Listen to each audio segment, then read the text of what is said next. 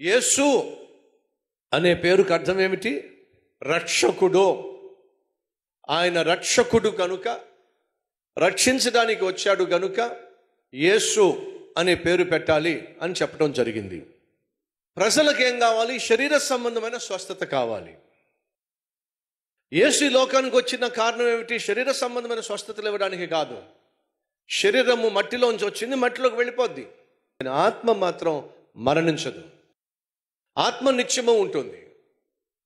కాబట్టి యేసుక్రీస్తు వచ్చింది ఇంతలో కనిపించి అంతలో మాయమైపోయి శరీరాన్ని బాగు చేయడానికి కాదు.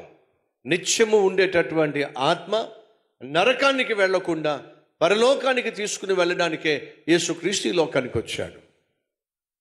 కానీ ఆ రోజు ఉన్నటువంటి ప్రజలు దేనికోసం యేసే దగ్గరకు వచ్చారయ్యా అంటే శరీర సంబంధమైన ఆశీర్వాదాల కోసం వచ్చారు. విశ్వాస సమాజమా, ఈరోజు నీకు నాకు కావాల్సింది శరీర సంబంధమైన ఆశీర్వాదం కంటే ఆత్మ సంబంధమైన ఆశీర్వాదము అత్యవసరము. ఆత్మ ఫలము ఫలించే జీవితము అత్యవసరము. ఏమిటి ఆత్మ ఫలము? ప్రేమ. ఈరోజు మనిషికి కావాల్సింది ఏమిటి? ప్రేమ. మనిషికి కావాల్సింది ఏమిటి? సంతోషం. మనిషికి కావాల్సింది ఏమిటి? సమాధానం. మనిషికి కావాల్సింది ఏమిటి?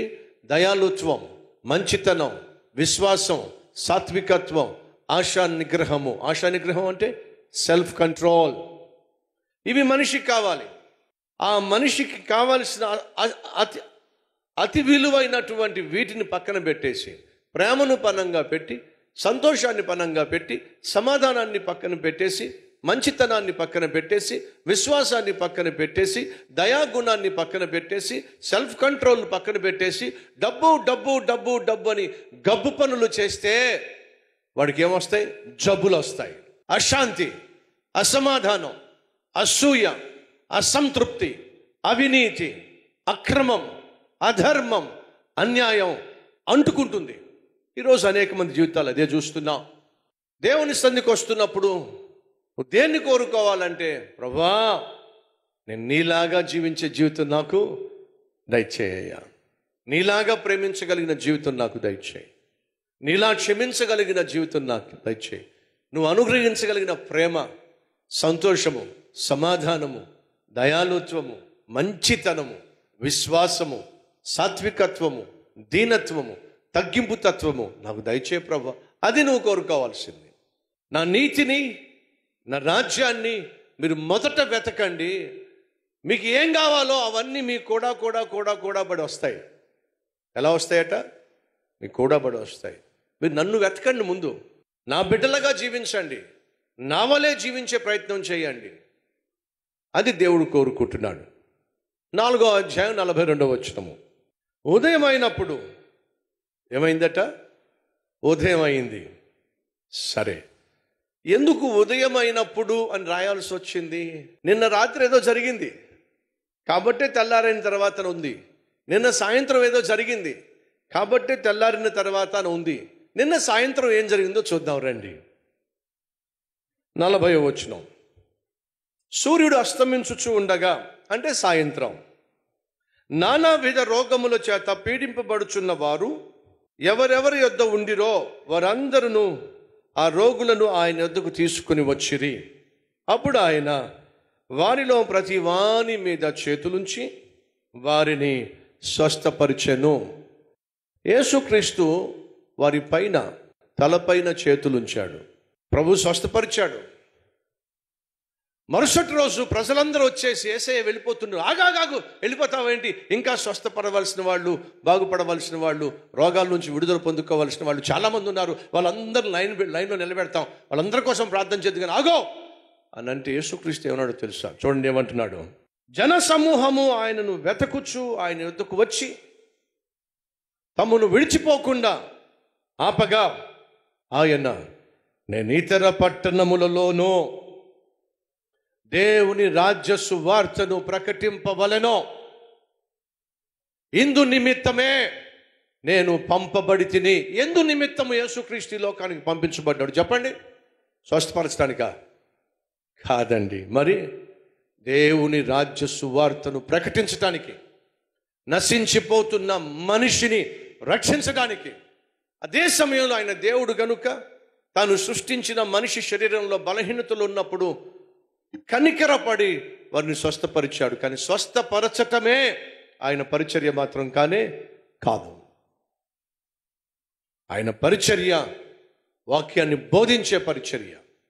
ఆది యందు స్వస్థత ఉండెను, ఆది యందు భాషలు ఉండెను, ఆది యందు ప్రవచనాలు ఉండెను, ఆది యందు సూచక క్రియలు ఉండెను అని బైబిల్ ఎక్కడా లేదో. ఆది యందు చెప్పండి, వాక్యం ఉండెను, వాక్యము దేవుని యొద్ద ఉండెను, వాక్యమే దేవుడై ఉండెను, ఆ వాక్యమే కృపా సత్య సంపూర్ణునిగా మన మధ్య సంచరించెను. ఆ వాక్యమే ప్రభు అయిన యేసుక్రీస్తు. శరీర సంబంధమైన అవసరాలు మన ప్రభు తీరుస్తాడు, అందులో సందేహము లేదు. కానీ నువ్వు మొదటిగా ఆత్మ సంబంధిగా జీవించాలి. అది దేవుడు కోరుతున్నాడు. ప్రార్థన చేద్దామా అండి? ఇది అసలైన అద్భుతం. యేసు వలె జీవించటం, యేసు గుణ లక్షణాలు కనపరచటం అసలు సిసలైనటువంటి ఆత్మీయ అద్భుతం. రండి, 2 చేతులు పైకెత్తి ప్రార్థన చేద్దాం.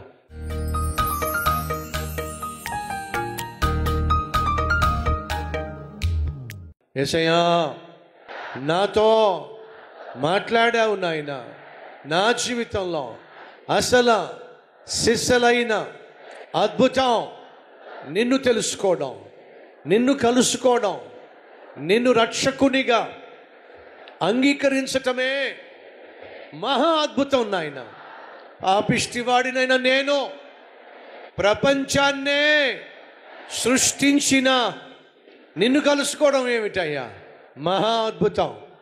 పాపిష్టివాడినైనా నేను నిత్యము నీతో జీవించే మహాభాగ్యము పొందుకోవడమే మహా అద్భుతం నాయన. ఈ అద్భుతాన్ని మాకు అనుగ్రహించినందుకు వందనాలయ్యా. మా కుటుంబంలో ఎవరైతే రక్షింపబడలేదో యేసయ్యా, ఆ వ్యక్తిని రక్షించు నాయన, రక్షించయ్యా.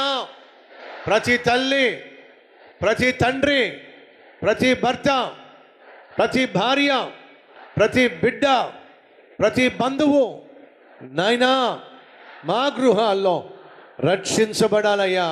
ఇదే కదా అసలైన అద్భుతం. ఆ అద్భుతాన్ని ఈరోజు ప్రార్థనలో ఏకీభవిస్తున్న ప్రతి ఒక్కరికి అనుగ్రహించండి అయ్యా.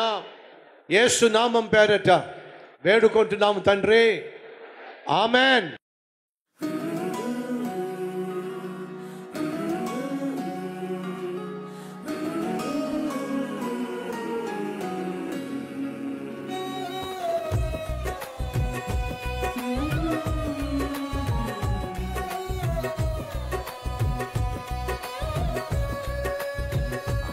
డియర్ ఫ్రెండ్స్, ఈ క్లుప్త సందేశం మీకు నచ్చినట్లయితే లైక్ చేయండి, సబ్స్క్రైబ్ చేయండి, షేర్ చేయండి.